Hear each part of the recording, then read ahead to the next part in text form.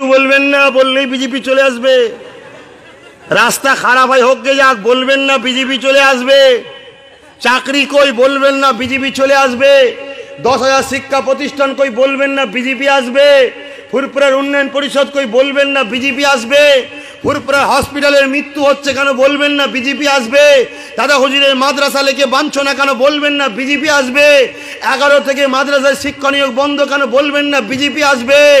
এমন করে 12টা মাদ্রাসা মডার্নের চাকরি অমুসলিম পেল, একটা মুসলিম পেল না কেন, বলবেন না বিজেপি আসবে।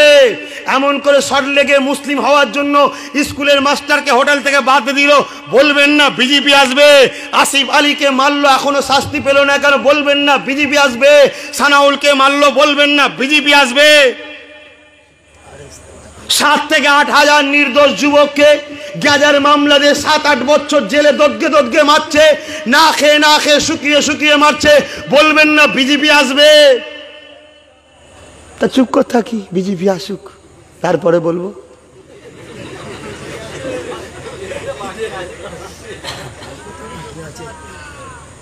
শুধু টেনশন, আমার জলসা যদি বন্ধ হয়ে যায় বিজেপি এসে গেলে। তকদীরের উপরে বিশ্বাস নেই। আরে আল্লাহ যাকে আনবে সে আসবে, কিন্তু আমার আল্লাহ, আমার রসুল বলেছে তুমি তোমার হক আদায় করো, হক নিতে হবে তোমাকে। বড্ড বেশি বলা হয়ে যাচ্ছে,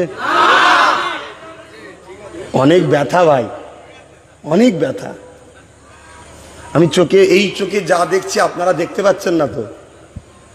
আমি দুটো জিনিস দেখছি, হয় দিল্লি হবে নয় বিহার হবে।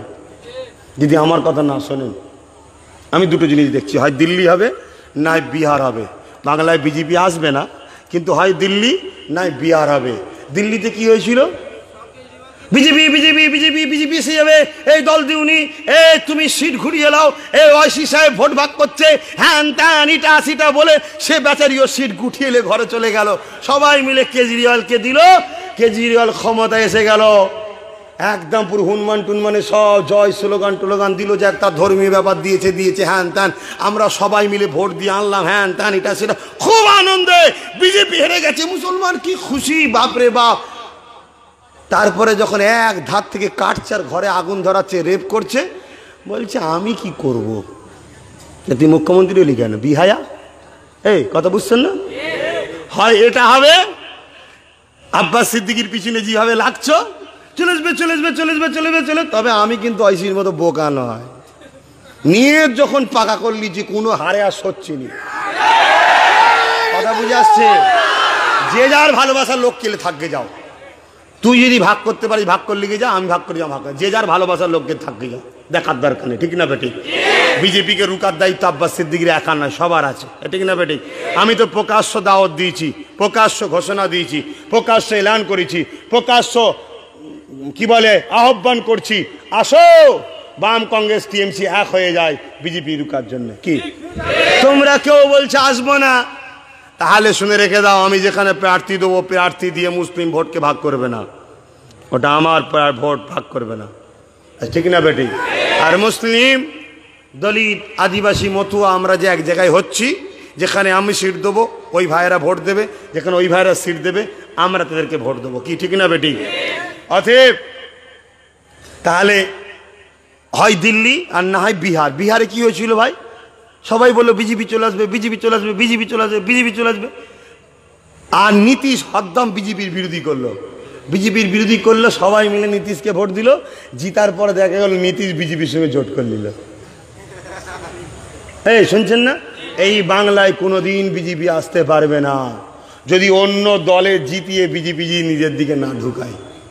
তাই টিএমসিতে দাঁড়াবে, ভোট আপনি দেবেন বিজেপির বিরুদ্ধে, জিতার পরে বিজেপিতে যাবে।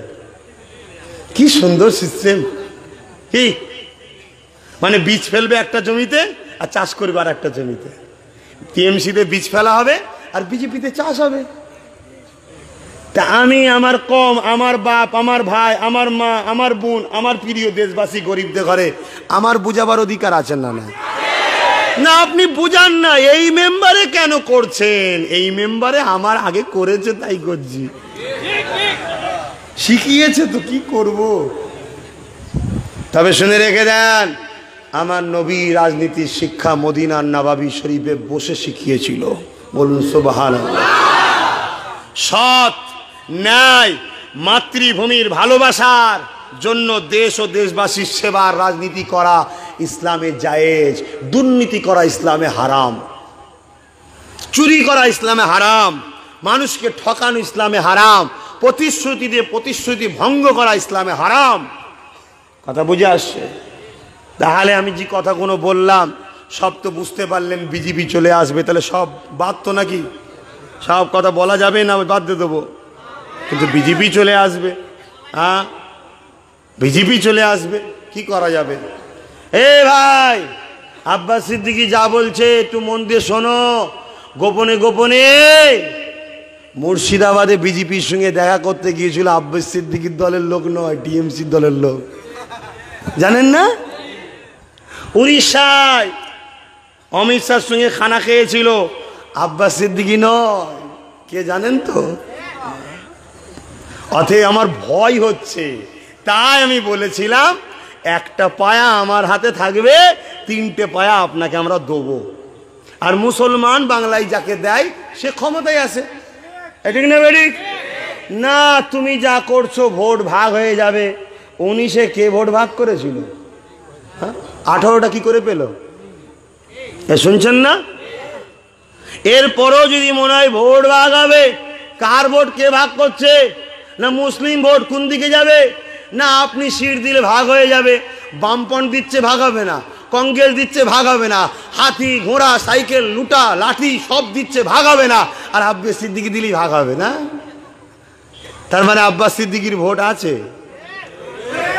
আমার যদি ভোট থাকে, তো তোমার যদি আছে, তুমি যদি রাজনীতি করতে পারো, তা আমার আছে, আমি কেন করব না?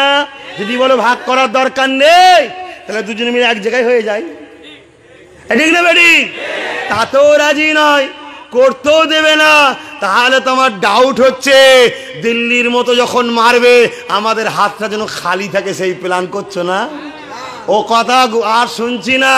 44টা লাঠি হাতে রাখবো।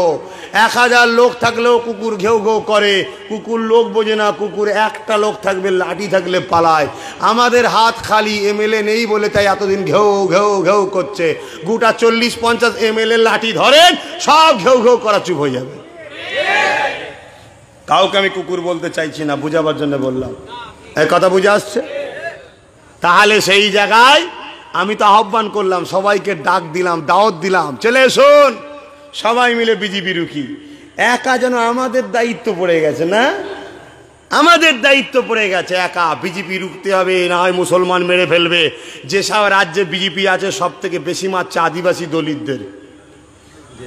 তাহলে বিজেপি একা আমাদের দুশ্মন নয় তো? সবার দুশ্মন। তা সবাই মিলে লড়ি, ঠিক না বেটি? খুব সাবধান হন ভাই, আপনাদের ছেড়ে যেতে ইচ্ছা করেন এলাকার মানুষ, কিন্তু আরও ওলামা হজরতরা আছেন, চাচাজান হুজুররাও মনে হচ্ছে আছেন তো নাকি?